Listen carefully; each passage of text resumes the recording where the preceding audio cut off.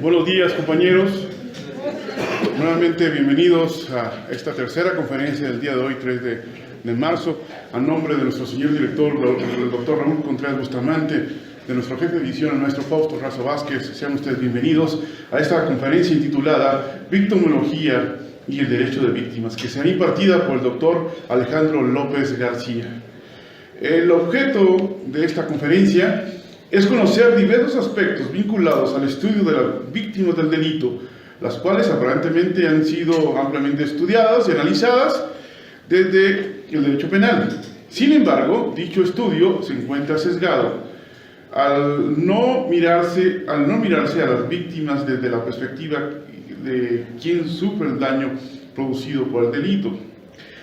La victimología y el derecho de víctimas, el derecho de víctimas del delito, si bien son dos áreas distintas de trabajo, comparten un mismo objetivo de estudio, el cual no solo es el de particular importancia, ser conocido debido a la implementación del sistema penal acusatorio, sino porque es una herramienta de urgente aplicación para la vida diaria, en tanto que México es un país en el que el fenómeno victimal se presenta de manera frecuente. En esta conferencia se propone señalar aquellos conceptos que ayuden a explicar la fenomenología representada por las víctimas del delito y cómo estos influyen en la cultura para la generación de este fenómeno. Desde una perspectiva incluso multidisciplinaria, encaminada a la puesta en práctica de la identificación del fenómeno, a fin de no generar cadenas de sufrimiento innecesario. Asimismo, se pretende explicar de una manera concreta qué es la victimología, su distinción con el derecho de víctimas y cuál es el ámbito de la actividad en la vida práctica, así como su necesaria relación interdependencia. Por último, se busca hacer viable cómo es que muchos eventos de la vida cotidiana y social de hoy se ven envueltos en una disputa por la aproximación de cuál es el discurso que lo definirá. Situación que de manera natural corresponde en gran parte a la victimología y al derecho de víctimas. Permítame leer también una síntesis curricular del doctor López García. Es profesor, investigador, litigante en distintas áreas de las ciencias penales. Es licenciado en Derecho por nuestra facultad en el 2004, maestro en Derecho por el 2008, doctor en Derecho, graduado con mención honorífica en el 2016. Es profesor de Derecho en la Facultad de Derecho desde el 2007 en las materias de Sociología Jurídica, Criminología y Penología en el sistema de Universidad Abierta. Entre otras materias que ha impartido son asignaturas, cursos, conferencias en diferentes áreas de derecho penal, derecho procesal penal, sociología jurídica, victimología, filosofía del derecho, técnicas de investigación, metodología, así como una crítica jurídica en las universidades, públicas y privadas a nivel nacional e internacional, sea de licenciatura o de posgrado. Es miembro de número del Colegio de Profesores de Sociología de la Facultad de Derecho, profesor por oposición de Sociología General y Jurídica desde el 2015, miembro activo del Colegio de Profesores de Derecho Procesal Penal de nuestra facultad, miembro del claustro de profesores del posgrado de la Facultad de Derecho en la Universidad Anáhuac del Norte en el área de victimología, derecho victimal y imputación objetiva. En la práctica profesional se destaca en el ejercicio libre de la profesión en el área de derecho penal y civil principalmente, así como en el ejercicio de la consultoría en el apego al sistema penal acusatorio y ejercicio práctico de las ciencias penales como la criminología, victimología y el derecho victimal. Sin más preámbulos, los dejo pues con el doctor López García. Maestro, por favor. Muchas gracias.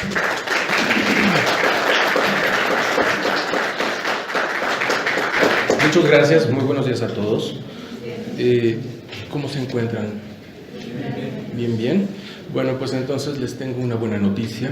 Es sábado por la mañana, estamos bien y estamos juntos.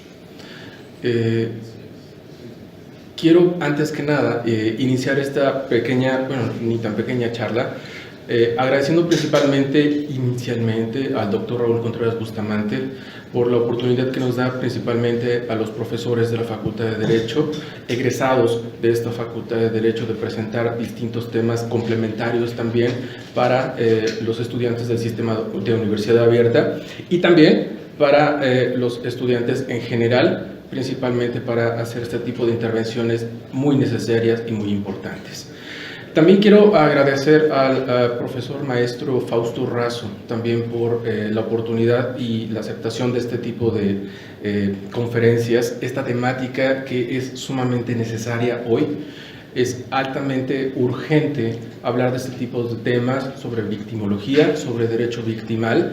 Es muy necesario principalmente para la situación que estamos viviendo como país y inclusive pensándolo muy seriamente esto, siempre que se piensa la cuestión victimal es un poco complicada, pero sea cuando sea que se escuche y que se lea esto, siempre va a ser urgente el estudiar a la víctima y tratar de comprenderla.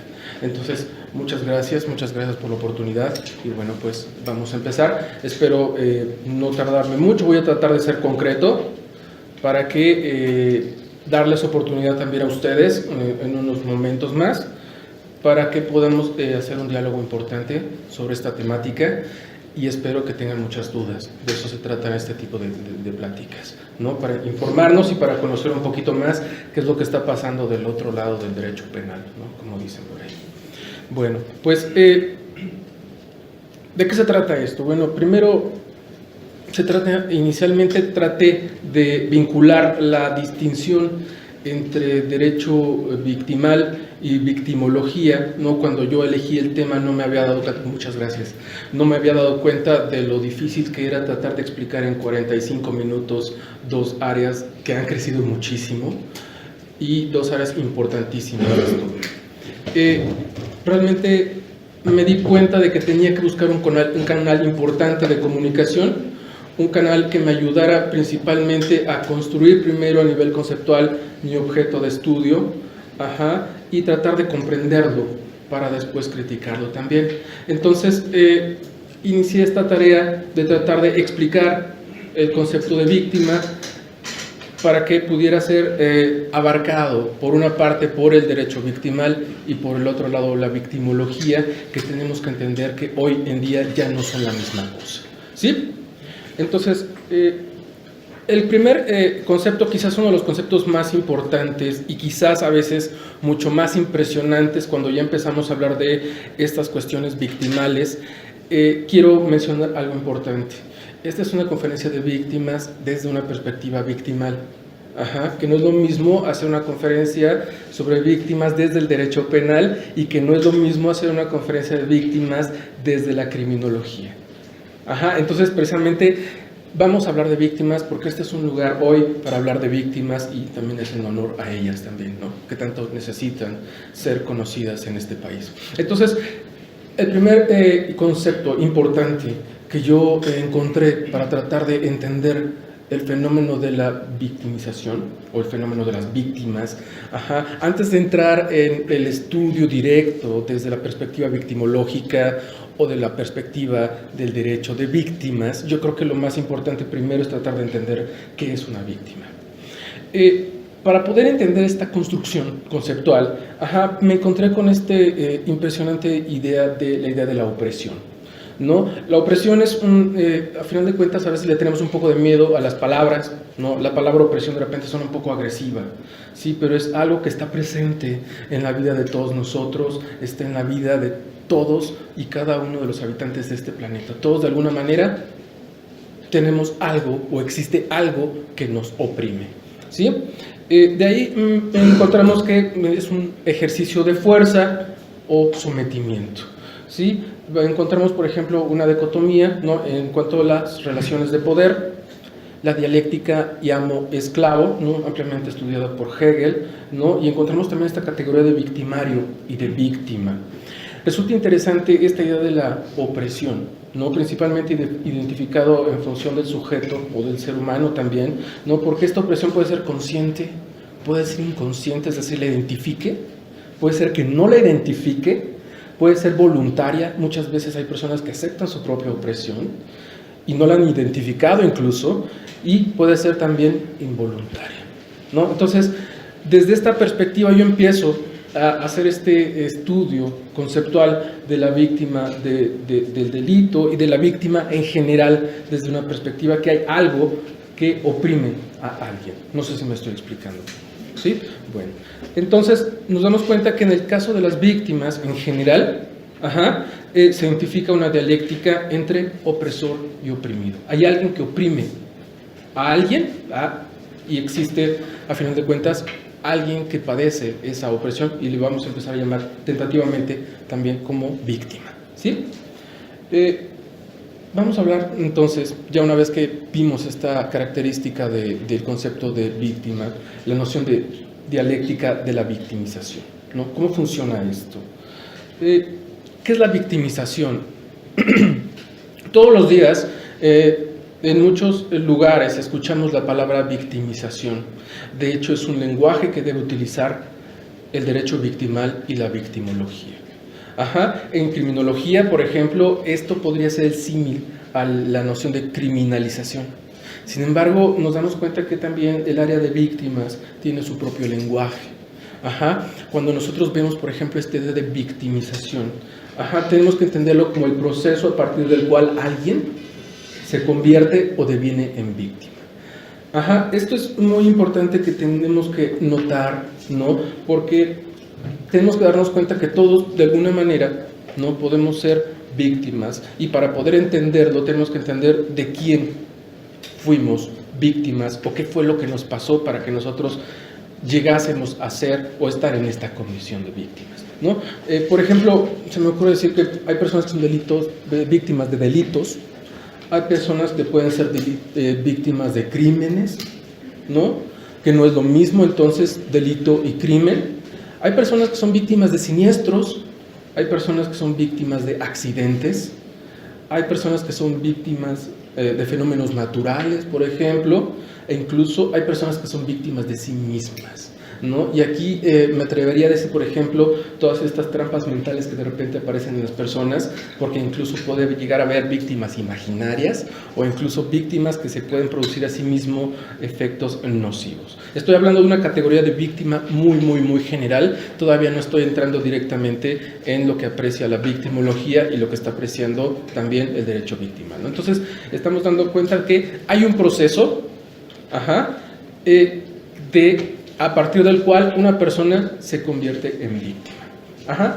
Aquí voy a hacer un pequeño paréntesis porque muchas veces vamos a escuchar una categorización que se aplica mucho en victimología, que le llaman la victimización primaria, existe la victimización secundaria y también la victimización terciaria. Enfocado directamente a las cuestiones victimológicas, por ejemplo, vamos a encontrar que la victimización primaria es aquella a partir de la cual una persona se convierte en víctima directamente por el delito. ¿Sí? Es cuando el sujeto se encuentra directamente con el acto delictivo o con la actividad antisocial. ¿Sí? Esta es la victimización primaria. La victimización secundaria, ¿no? Que incluso técnicamente, por ejemplo, en el área del derecho penal la conocemos como revictimización. Pero también la victimización secundaria también se conoce también como victimización secundaria institucionalizada. Y es la que se da a partir del momento en que cuando una persona busca ayuda por parte de algún tipo de institución, esta ayuda le es negada y vuelve a haber una victimización a esta persona. La victimización terciaria es la que sufre una persona dentro de su vínculo social, ¿correcto? Derivado de algún tipo de conducta que ha sido cometido en su contra, incluso es revictimizada, no nada más por la institución, sino también incluso en su círculo social, ¿no? Piénsese, por ejemplo, en el caso de delitos sexuales, acoso, por ejemplo, acoso sexual, por ejemplo, ¿no? Que se da principalmente, por ejemplo, hoy en día mucho en las oficinas, ¿no? Que a pesar de que son a veces las personas acosadas en las propias oficinas, muchas veces los demás sujetos que están inscritos dentro de las oficinas también revictimizan, incluso acusan a las personas de provocadoras de este tipo de victimización. ¿Sí? Es una situación muy importante que hay que tomar en cuenta. Entonces, vamos a encontrarnos que para entender este fenómeno de victimización, ¿sí?, no tenemos que tener una varita mágica, simplemente hay que ver esta relación de causa-efecto, ¿sí? Es decir, a toda acción u omisión corresponde una reacción. Es algo muy básico, sí, pero a veces eso es lo que a veces nos cuesta mucho más trabajo, ¿no? Pensar de una manera lógica y darnos cuenta que sí somos víctimas o sí está sucediendo un proceso de victimización, cuando de repente se dan las cosas de una manera natural, ¿no? Lo más difícil no es que se dé el proceso de victimización, sino la aceptación de la existencia de un proceso de victimización. ¿Sí? ¿Voy bien hasta aquí? Sí. Okay. Entonces llegamos a esta idea, ¿no?, de que hay algo que oprime a alguien, siendo ese alguien que resultó ser dañado, ¿sí? Es decir, hay alguien que sufrió un daño. Quizás es un silogismo muy básico, ¿no? Sin embargo, creo que esa es una estructura muy importante que tendríamos que reconocer. Hay alguien que sufrió un daño, porque si nosotros vemos este último enunciado, nos vamos a dar cuenta que es uno de los enunciados que se expresan en mayor de veces, en la mayoría de ocasiones, en los textos de derecho victimal y en las leyes de carácter victimal. Hay ahí en las leyes nacionales, por ejemplo, en la codificación de Naciones Unidas, aparece muchísimo esta idea de que hay alguien que sufrió un daño. Y voy a ser un poco más específico para darnos cuenta de lo sorprendente que puede llegar a ser este último enunciado. Es la cuestión del sufrimiento, ¿no? Recuerdan, hay alguien que sufrió un daño. Y nos damos cuenta de que la palabra sufrimiento es una constante en el estudio de las víctimas, en el pensamiento de las víctimas. Y nos damos cuenta, no nada más de un sufrimiento que podríamos decir ajenos, ¿no? En esta diapositiva, por ejemplo, nosotros escribimos todo es sufrimiento en un sentido de pregunta. Y es algo que tendríamos que preguntarnos como sociedad para poder también entender el entorno victimal. El sufrimiento en el arte existe, en el lenguaje, ¿no? Somos sufrientes. La religión, ¿no? Por ejemplo, es algo que ha transferido mucho la idea de sufrimiento, ¿no? Hay religiones que incluso fundamentan todo su actuar y todo su fundamento de índole, llamémoslo espiritual, en la idea de sufrimiento. Entonces, la idea de sufrimiento no nos es ajena, ¿no? Ejemplos, en unas semanas vamos a tener vacaciones de Semana Santa, por ejemplo, y la gente va a acudir, ¿no? Por ejemplo, ahí en Iztapalapa, a ver el viacrucis de una persona sufriente, ¿sí? Y bueno, eso es algo muy espectacular. Cuando nosotros estamos tristes, en lugar de ponernos o buscar algo que nos cambie el estado de ánimo, buscamos ponernos más tristes todavía, ¿no? Si alguien se siente triste, por ejemplo, por una cuestión sentimental, pues pone canciones más tristes para que duela la herida, ¿no? Entonces, eso me refiero también cuando nosotros somos víctimas de nosotros mismos, ¿no? Es inconsciente y a veces involuntario, pero vamos incrementando el nivel de sufrimiento. No lo vemos, por ejemplo, entonces decíamos en el arte, por ejemplo, la música, todas las canciones hablan de sufrimiento y dolor, ¿no? El lenguaje es muy común que nos ofendamos incluso, nos minimicemos, ¿no? Cuando nos referimos incluso hasta entre amigos. En la religión, bueno, hay religiones que de verdad hablan mucho sobre el sufrimiento, hay otras que tratan de abatir el sufrimiento incluso, ¿no? Entonces nos damos cuenta que ahí es una constante. La literatura, bueno, hay muchas historias de amor y de tristeza, ¿no? Pero casi todas son pura tragedia, más sufrimiento. En las tradiciones, por ejemplo, ¿no? En una búsqueda de permanencia, ¿no? Esta idea muy occidental del sacrificio, ¿no? Que para que tú puedas obtener algo, y si obtienes algo bueno en esta vida, tienes que primero sacrificarte, ¿no? Es impresionante cómo aparece esta idea, ¿no? Constante de tienes que sufrir. Y incluso hay una religión que dice que pare de sufrir y también busca la idea del sufrimiento, ¿no? La ciencia, por ejemplo, también tiene un papel importante, y la ideología, del sufriente, ¿no? Entonces son enfoques que vamos a encontrar constantemente y por eso de repente es tan difícil encontrar, ¿no?, o identificar que nosotros somos posibles víctimas de algo o de alguien. Quizás en las cuestiones meramente delictivas es mucho más sencillo identificar que somos víctimas de algo o de alguien, ¿sí? Pero principalmente, por ejemplo, me refiero a los casos de delitos sexuales, por ejemplo, delitos cometidos a menores de edad, sectores vulnerables. A veces es muy complicado identificar cuál es el nivel de daño que puede tener una persona y muchas veces hay personas que van por la vida sufriendo algo que ni siquiera saben en qué momento les ocurrió, pero que les generó un daño que lo van arrastrando por ahí y que fueron víctimas y que son víctimas inconscientes en toda su vida, ¿no? Hoy en día los fenómenos del apoyo a las luchas feministas se fundamentan principalmente también en esto, ¿no? En la protección también al ámbito de las mujeres, ¿no? Porque de alguna manera sí son víctimas de la opresión y me gustaría decirlo, no son nada más son víctimas de la opresión machista, sino de la opresión femenina también, y también son víctimas del delito, son víctimas no nada más de una forma de pensamiento, sino son cuestiones meramente materiales que van más allá de la ideología. Entonces, bueno, nos damos cuenta que todo es sufrimiento. Entonces, ese es un punto importante que tenemos que identificar en qué momento somos víctimas y en qué no.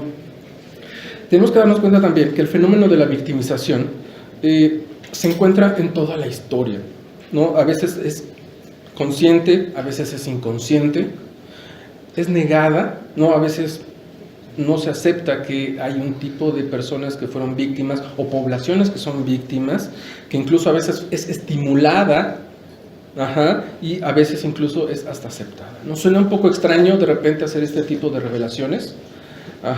Pero frases como mátame pero no me dejes, ¿no?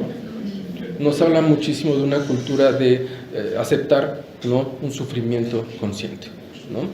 Pégame pero no me dejes, dice la frase. Mátame, ya estoy. Bueno, el nivel de violencia cada quien lo pone, ¿no?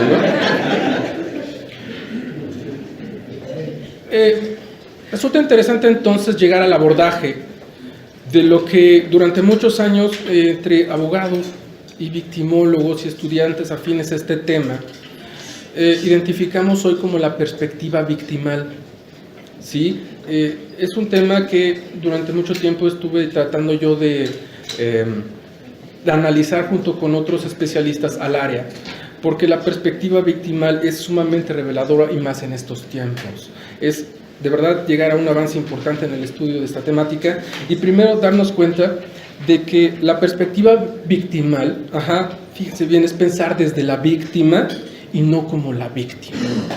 Es muy interesante esto, es decir, tener empatía por la cuestión victimal no significa aprender el dolor de las personas. Es complicado porque cuando uno está en la línea de fuego, es muy común que uno sufra algún tipo de transferencia por parte de las víctimas y a veces uno está cargando la problemática de las víctimas como si fuera propia.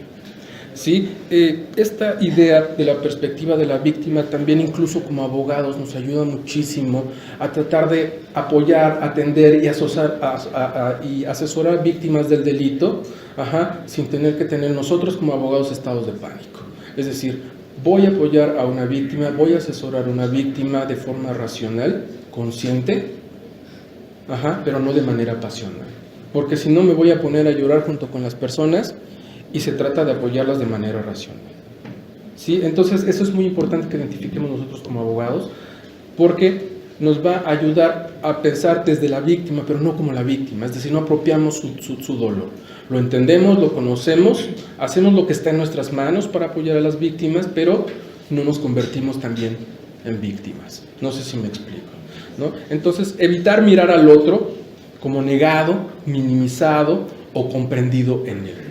Es algo que también aparece constantemente en el pensamiento, incluso el pensamiento jurídico y en el pensamiento social. Es decir,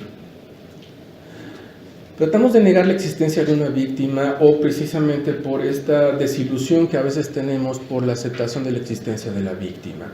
Es decir, cuando a una persona le roban su teléfono celular, decide no hacer una denuncia porque no le van a hacer caso, porque no es trascendental, porque no es importante, porque no representa una cuestión meramente económica, pero a lo mejor los golpes, a lo mejor el miedo, a lo mejor el susto persiste en el tiempo y en el espacio. Hay personas que reportan después de un robo no denunciado, estrés postraumático, por ejemplo, dolores de cabeza, insomnio, actitudes a veces irritantes, agresivas en contra de otras personas, a veces no se le explican.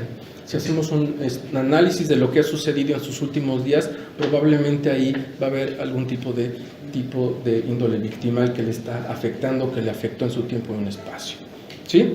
Entonces, no minimizar tampoco a la víctima, es decir, muchas veces escuchamos a una persona que está reportando un acto de victimización y por lo regular no hacemos caso, no le damos la importancia, no le otorgamos un crédito por lo que le sucedió o lo que le puede llegar a suceder.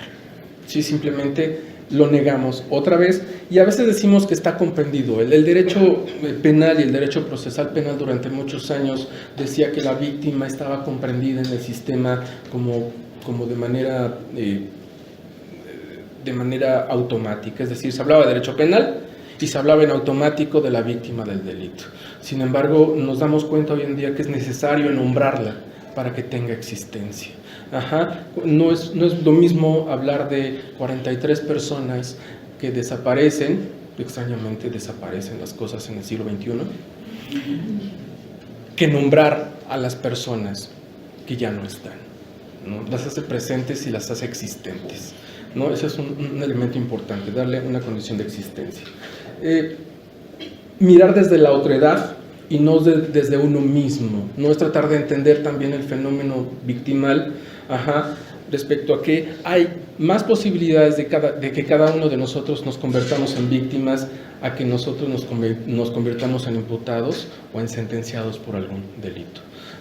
Y bueno, de quién o de lo que siempre se habla pero no se nombró, ¿sí? Incluso cuando nosotros hablamos de algo que nos sucedió, ¿no? Muchas veces hay personas que dicen y empiezan a hablar en bajito, ¿no? Para tratar de no hacer evidente la existencia de un proceso de victimización, ¿no? Porque a veces genera vergüenza, genera pena, incluso se le ofende a la persona, se le minimiza, tratando de decir, bueno, eres una persona que se queja demasiado, eres una persona que nada más está buscando problemas, ¿no? Entonces es importante darnos cuenta de que este fenómeno está ahí, está siendo muy molesto, y que hay algo, que hay una persona que está reportando que probablemente muchas veces estamos negando, ¿sí? Ejemplo de esta idea de desaparición incluso fáctica en el caso del derecho penal lo tenemos en este último enunciado que tenemos aquí abajo, ¿no? Cuando estudiamos derecho penal nos dicen que el delito de homicidio, dice, comete el delito de homicidio el que priva de la vida a otro, ¿no? ¿Quién es el otro? ¿No? Y aquí encontramos que ya apareció el otro es el que no había sido nombrado y que apenas hasta hace unos años está empezando a existir, que es la víctima del delito, ¿no? El otro es la víctima, pero siempre se trató como una parte accesoria, como si fuese un fantasma que siempre estuvo ahí rondando, como un testigo de la existencia del delito, pero ni siquiera como una parte en el proceso penal, ¿no? Que hoy en día lo estamos recuperando. ¿Ok? ¿Vamos bien? Sí. Ok. El estudio de la víctima, ¿no? Vamos a encontrarnos que viene muy fusionado, no existe una distinción clara hasta esta perspectiva en estos años de lo que es la victimología y lo que es el derecho victimal, pero quiero que se den cuenta las fechas en las que aparecen estos eventos, ¿no? El primer sujeto que de manera más técnica, a partir de distintos estudios de violaciones, incluso en 1937 aparece el señor Benjamin Mendelssohn, que es uno de los principales precursores del pensamiento victimológico. A él le atribuimos principalmente a ser uno de los principales constructores de lo que hoy entendemos como categorías victimales o tipologías victimales. ¿Esto qué quiere decir? Hacer una clasificación de víctimas desde la existencia de una víctima inocente hasta una víctima más culpable que su agresor, ¿no? Entonces son polos, ¿no?, que están en unos extremos, pero no siempre las víctimas están en esos extremos, ¿no? Siempre están dentro de un marco que oscila, y precisamente es tratar de identificar qué es lo que está sucediendo con una víctima. Entonces encontramos que nace la victimología como un apéndice de la criminología y progresivamente lucha por su autonomía científica. Sí, y es también una gran discusión que siempre se ha tenido en victimología, si la victimología es un apartado, un anexo de la criminología, o es una disciplina autónoma. Desde mi perspectiva, es una perspectiva autónoma y tiene que ser reconocida. La siguiente fecha importante, y creo que es una de las más importantes a nivel mundial, es la entrada en vigor en 1948 del modelo del sujeto biopsicosocial de George Engel, basado en la teoría de sistemas de von Bertalanffy, aprobado por la Conferencia Sanitaria Internacional, contenido en la Constitución de la Organización Mundial de la Salud. Y esto es básicamente lo que la Organización Mundial de la Salud considera como sujeto saludable. Salud es un estado de completo bienestar físico, mental y social, y no solo la ausencia de afecciones o enfermedades. Este es un modelo que sigue vigente hasta la fecha, y tenemos que darnos cuenta entonces que salud no es únicamente una cuestión meramente física, ¿sí?, sino que tenemos que encontrar salud en el aspecto físico o biológico, psíquico, que es salud mental, y salud social, es decir, en cuanto a nuestras relaciones interpersonales.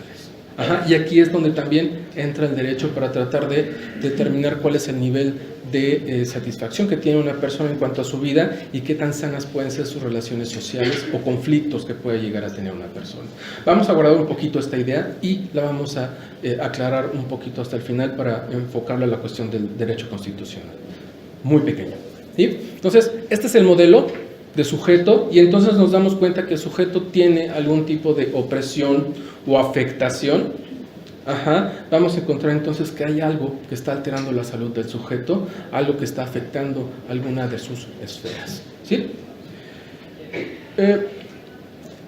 Técnicamente, fue en 1970, con el Sexto Congreso Internacional de Criminología, que se propone apenas el primer simposio de victimología propuesto por Israel Drapkin, y fue celebrado, fíjense dónde, en Jerusalén, en 1973, ¿no? Para variar, la capital del cristianismo y el sufrimiento del mundo, en Occidente, ¿no?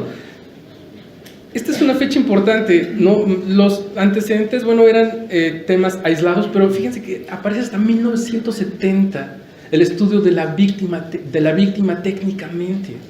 Es decir, ¿cuántos años tiene la victimología? ¿50 años?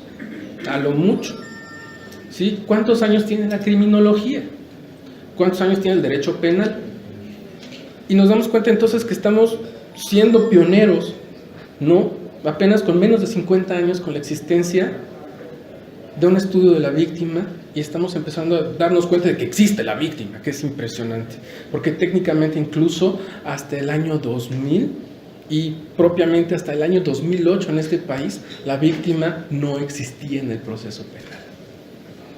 Sí, era un testigo, era un referente, pero la víctima no era una parte del proceso hasta la entrada en vigor del sistema penal acusatorio. Impactante, y para que nos demos cuenta cómo ha estado oculto el pensamiento victimal, ha estado oculto el reconocimiento a las víctimas de los delitos. ¿Le seguimos? ¿O ya le paramos? ¿Ya se cansaron? Bueno, este es un dato importantísimo para la cuestión victimal. En 1985 se aprueba por la Asamblea General de la ONU la Resolución 4034, que establece la Declaración sobre los Principios Fundamentales de Justicia para las Víctimas y Abuso de Poder. Este es uno de los instrumentos más importantes a nivel internacional que reconoce la existencia de los derechos de las víctimas. 1985.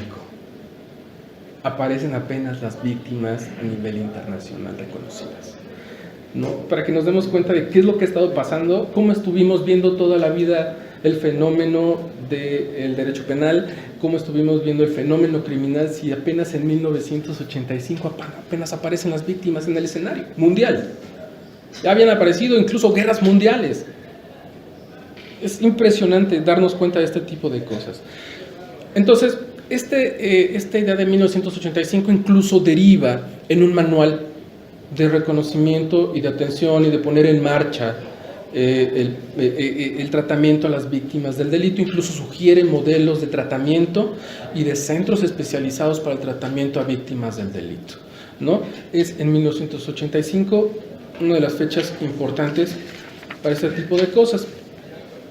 Ahora, ¿qué onda entonces con la cuestión de la victimología y los derechos de las víctimas? ¿Son lo mismo?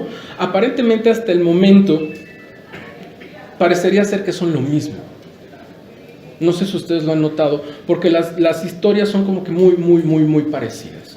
Sin embargo, nos empezamos a percatar de que por un lado la victimología empieza a tomar autonomía científica y por el otro lado aparece el derecho de víctimas como una rama del derecho que estudia, atiende y protege a las víctimas de los delitos. ¿Qué es lo que está pasando aquí? Fíjense, son dos áreas de trabajo distintas, no nada más son disciplinas de estudio, que por lo regular muchas autoridades tratan de decir que la victimología es una cuestión meramente académica.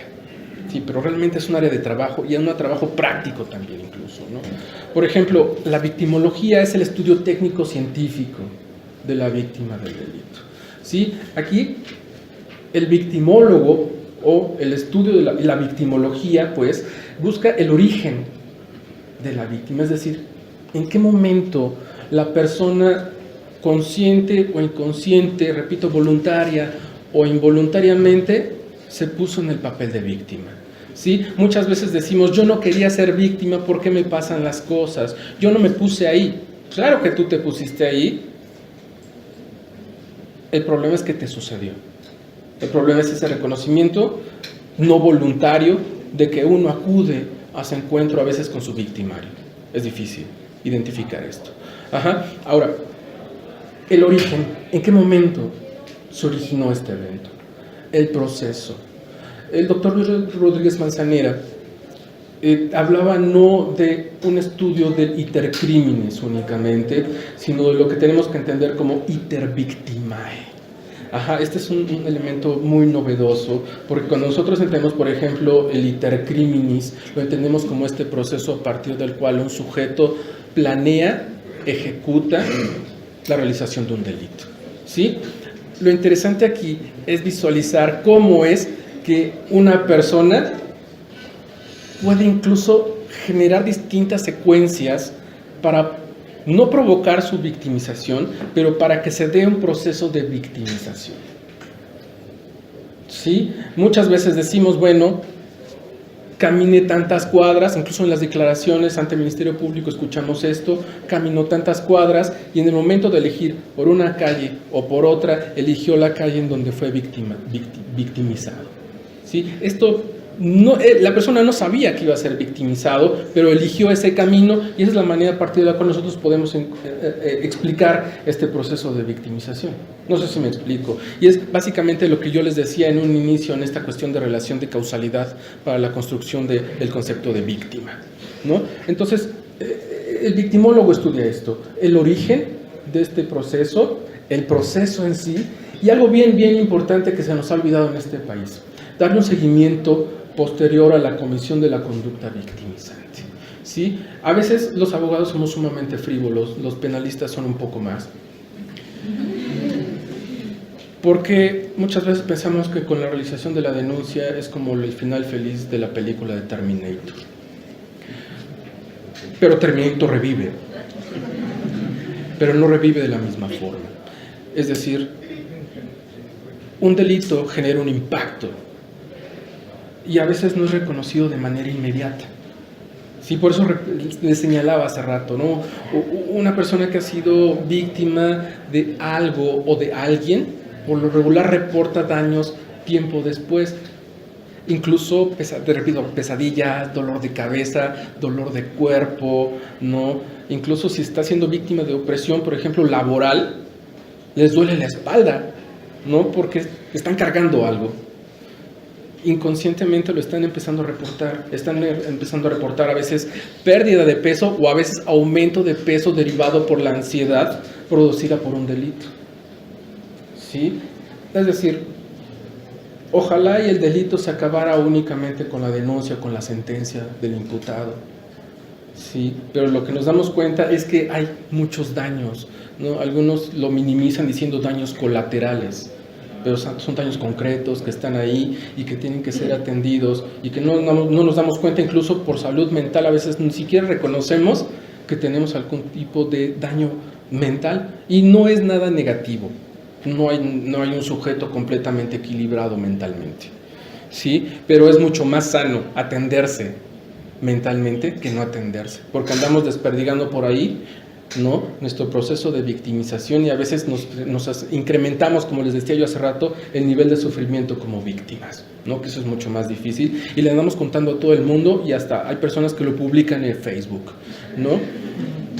Y vaya, esa información que estamos dando a conocer de algo sumamente penoso, lastimoso, en la búsqueda de que alguien nos escuche, a veces cometemos muchos errores y hay personas que abusan de las personas en condición de victimización. ¿Quiénes son las áreas que podrían desarrollarse? Pueden ser muchas más en una coordinación interdisciplinaria o multidisciplinaria. Encontramos, por ejemplo, psicólogos son los que están estudiando hoy en día mucho la cuestión victimológica, la medicina, ¿no? Los médicos legistas también y médicos especialistas en víctimas, no nada más los médicos forenses, ¿no? Sino médicos que son especialistas en lesiones y en lesiones de víctimas, por ejemplo, biólogos, ¿no? Trabajo social, ¿no? Antropólogos y obviamente los abogados como parte de un equipo multidisciplinario del tratamiento de víctimas. Ahora, ¿qué pasa con el derecho victimal? Si bien es cierto, técnicamente el derecho, la victimología es el estudio técnico-científico. El derecho victimal, después de algunos años de estudio, nos dimos cuenta de una definición importantísima de esta idea de derecho victimal. El derecho victimal es la construcción discursiva jurídica destinada al reconocimiento de los valores, es decir, las aspiraciones de las víctimas, el conocimiento científico positivo de las normas victimales, así como los elementos fácticos y validez de dichas normas jurídicas. Es decir, ya no estamos atendiendo únicamente a una definición positivista, normativa del derecho de víctimas, sino aquí incluimos los valores que requieren ser protegidos para las víctimas de los delitos, los elementos normativos, qué es lo que tiene que contener una normatividad para víctimas de delito y también cuál es el seguimiento que le vamos a dar respecto a la eficacia y validez de la norma jurídica enfocada a la víctima del delito. ¿Sí? Realmente me gustaría hablar un poquito más sobre... tengo mucho que decir y tengo muy poco tiempo, ¿no? Pero de verdad sería importantísimo darle seguimiento a este tipo de ideas. Simplemente voy a cerrar con esta idea de por qué un sujeto biopsicosocial, y esto es lo que yo les decía hace rato, que lo guardaran un poquito. Resulta ser de que los derechos constitucionales hoy en día de las víctimas u ofendidos se encuentran establecidos en el artículo 20, apartado C de la Constitución. Esta historia, Constitución de los Derechos de las Víctimas, la encontramos enfocada desde 1993 con un pequeño parrafito en el artículo 20, después en el año 2000 se integra en un apartado B sobre los derechos de las víctimas u ofendidos de las víctimas, del delito, y se encuentra un apartado C hoy en día en el artículo 20 constitucional que habla de los derechos de las víctimas y los ofendidos. Cuando yo les hablaba de esta idea de el sujeto biopsicosocial, no fue como una mera enunciación de un modelo interesante. Resulta ser de que tres de los derechos más importantes que busca proteger la Constitución desde que integró la cuestión victimal a la Constitución, valga la expresión, es primero asesoría jurídica, ¿no?, en la Constitución como una esfera de protección de la esfera social del sujeto, una esfera biológica protegida desde la asistencia médica de urgencia a la víctima y también una asistencia psicológica desde la comisión del delito para la esfera psíquica o mental del sujeto. Conozco que se están haciendo esfuerzos importantes en la asesoría jurídica, la asistencia médica y la asistencia psicológica, desafortunadamente jóvenes la seguimos esperando. ¿Sí? Entonces, bueno, con esto cierro este primer apartado y no sé, les comento. Sí, vamos a... Y por mi parte es todo y vamos a empezar una serie de preguntas. Es importante que el maestro, recuerdo que al principio una de sus ideas, tener un diálogo con ustedes, un periodo de preguntas y respuestas. ¿Alguien tiene alguna pregunta para el maestro? Por favor, adelante. Nos comentaba hace rato que desde esta esfera psicológica se debe de atender estas cosas, pero a mí me ha tocado, de hecho, me consta que a las víctimas los psicólogos generalmente les dicen que en forma despótica que se victimizan en lugar de tratar de ayudarlos. Claro, bueno, hay que entender algo bien importante. Dentro del aspecto victimológico, hoy en día ya existen pruebas psicométricas, que independientemente de la opinión subjetiva del psicólogo, se le aplica una batería psicométrica a la víctima y se determina si existen huellas de victimización. Entonces, independientemente de la opinión del psicólogo, nosotros tenemos esto que incluso nos puede servir. Digo, no tuvimos esta oportunidad de abordarlo, pero dentro del sistema penal acusatorio nos puede servir incluso como una forma de aportar una prueba para poder apoyar a una imputación. ¿Sí? Sí, gracias. Ok. ¿Qué pasó? ¿Cómo debe operar la amenaza? Porque ante la denuncia, o ante la toma de decisión de denunciar o no denunciar un delito, te asaltan o te amenazan y te dicen, me llevo tu coche, pero si tiene cortacorriente, voy a regresar y te voy a matar. Entonces, en esa decisión, denuncio y pierdo el bien, pero salvo el pellejo, o denuncio para que pillen al ladrón, aunque me estoy jugando que cumpla la promesa. Voy denuncio y la autoridad, el juez de control, muchas veces no valora la amenaza. ¿Cómo debería ser considerada esa amenaza como algo patente en esa angustia de la victimización? A ver si entendí. ¿Cómo puede fungir el elemento de la amenaza? Sí. Bueno, la amenaza, acuérdate que es una categoría jurídica establecida en el Código Penal. Tiene que ser real e inminente. Es real. Entonces, lo importante es que también acredites que eso fue real e inminente, para que tú puedas también incluso reportar la cuestión del robo. Es bien importante incluso darnos cuenta que en el caso de la medición del fenómeno victimal, por ejemplo, nosotros hablamos de victimicidad, que es el índice de víctimas que se reportan en un lugar y un tiempo determinado. En el caso que tú comentas concretamente, y a lo mejor no sé si sea lo que estés buscando, pero también tenemos que atender a qué es lo que está sucediendo en el momento de la victimización. ¿Sí? Muchas veces vamos a encontrar que el fenómeno de la victimicidad reporta una esfera que se llama cifra negra, que son los delitos no denunciados. En el caso de robo de vehículos, no hay cifra negra en el robo de vehículos porque la mayoría, incluso por reglamento de tránsito, se está solicitando que los automóviles estén asegurados. Entonces basta únicamente con hacer la denuncia precisamente para poder hacer exigible el seguro. Entonces también tendríamos que pensar en nosotros, no nada más asegurar el vehículo, sino asegurarnos a nosotros mismos. Es decir, no promover incluso la victimización a nosotros mismos, ¿no? Si nosotros ya estamos dándonos cuenta que se están generando los patrones para la realización de un delito a través de una amenaza, ¿qué es lo que tendríamos que hacer? ¿Resistirnos a la opresión en ese momento o buscar la manera de ponernos primero a salvo, hacer la denuncia y tratar de buscar la manera de acreditar la existencia del delito? Ese es el problema, que a veces nosotros incrementamos precisamente estos procesos de victimización y desafortunadamente muchas personas mueren precisamente por la resistencia a un asalto. Sí, pero tendremos que ponderar qué es lo más importante también para nosotros, nuestra integridad o esta resistencia para incrementar el nivel de sufrimiento y después a poder acreditarlo. No sé si me explico. ¿Sí? Otra pregunta por acá.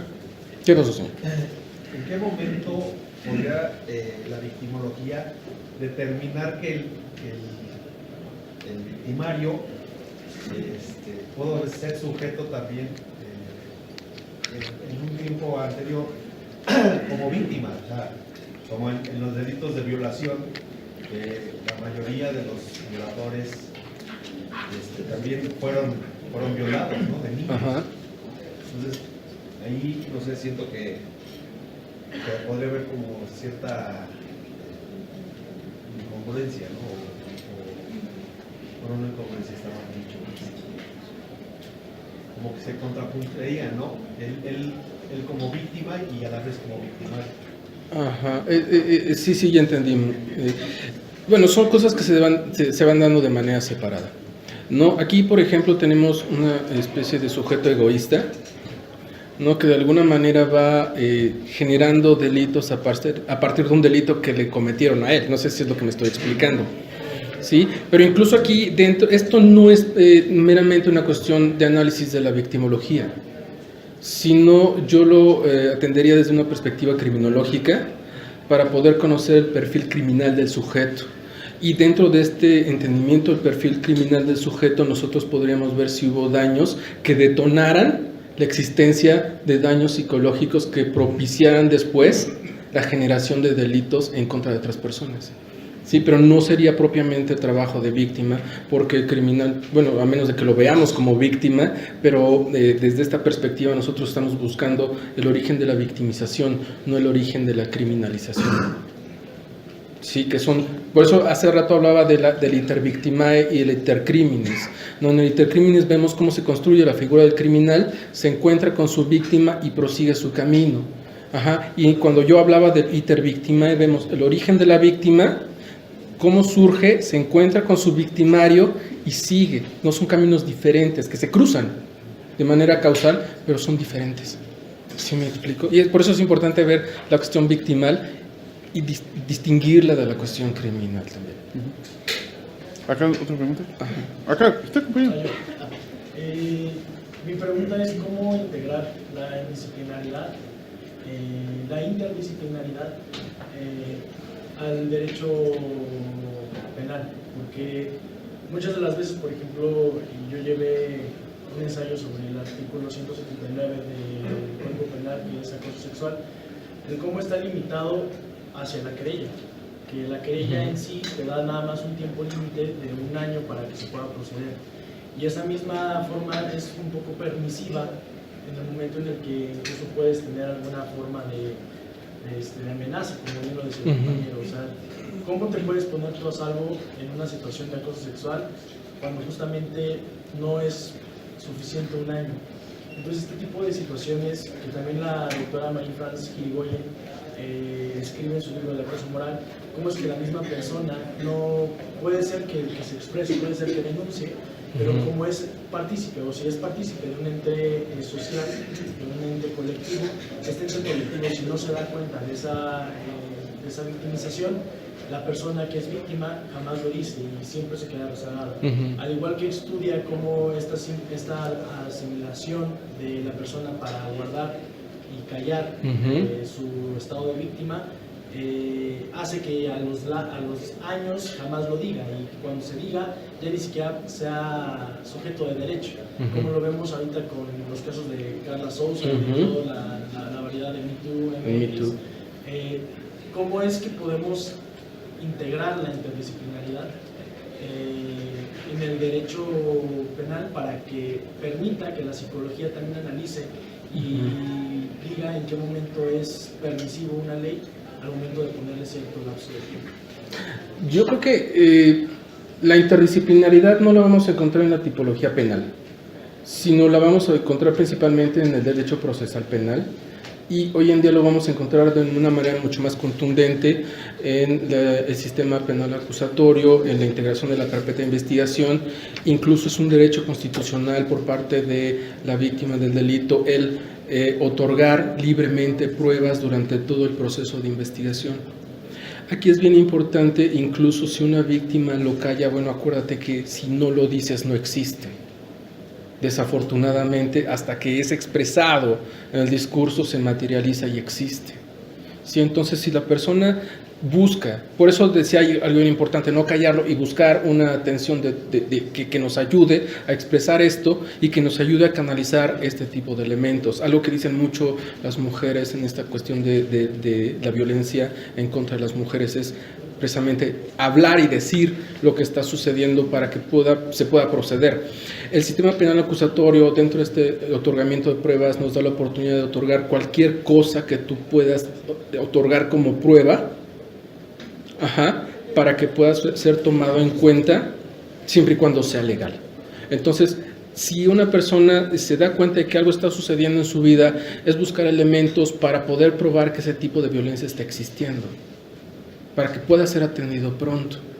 ¿Sí? Y esta interdisciplinaridad lo vemos desde el punto de vista, por ejemplo, psicológico. Hace rato hablábamos de las pruebas psicológicas, podemos hablar incluso de la existencia de videograbaciones, por ejemplo, que hay en centros laborales, o incluso de grabaciones hoy en día a través de distintos dispositivos, en donde tú puedas registrar la existencia del evento delictivo y tomarlo como prueba importante, ¿no? El problema es que a veces nosotros como personas comunes, ¿no? Dicen que a veces los buenos son los más egoístas y los malos se unen mucho más para generar sus actos de maldad, ¿no? Entonces, eso es bien importante pensar, y eso es algo básico, ver la multidisciplinariedad hoy en día como un plan de trabajo también para el derecho victimal y la victimología, porque eso es lo que está construyendo hoy en día el sistema penal acusatorio.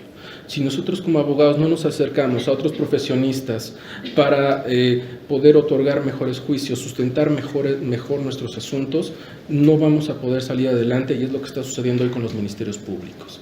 No nos están capacitando, no tienen elementos de prueba y se les están cayendo las carpetas de investigaciones precisamente porque no están atendiendo a los distintos elementos de prueba y no están conociendo el sistema penal acusatorio.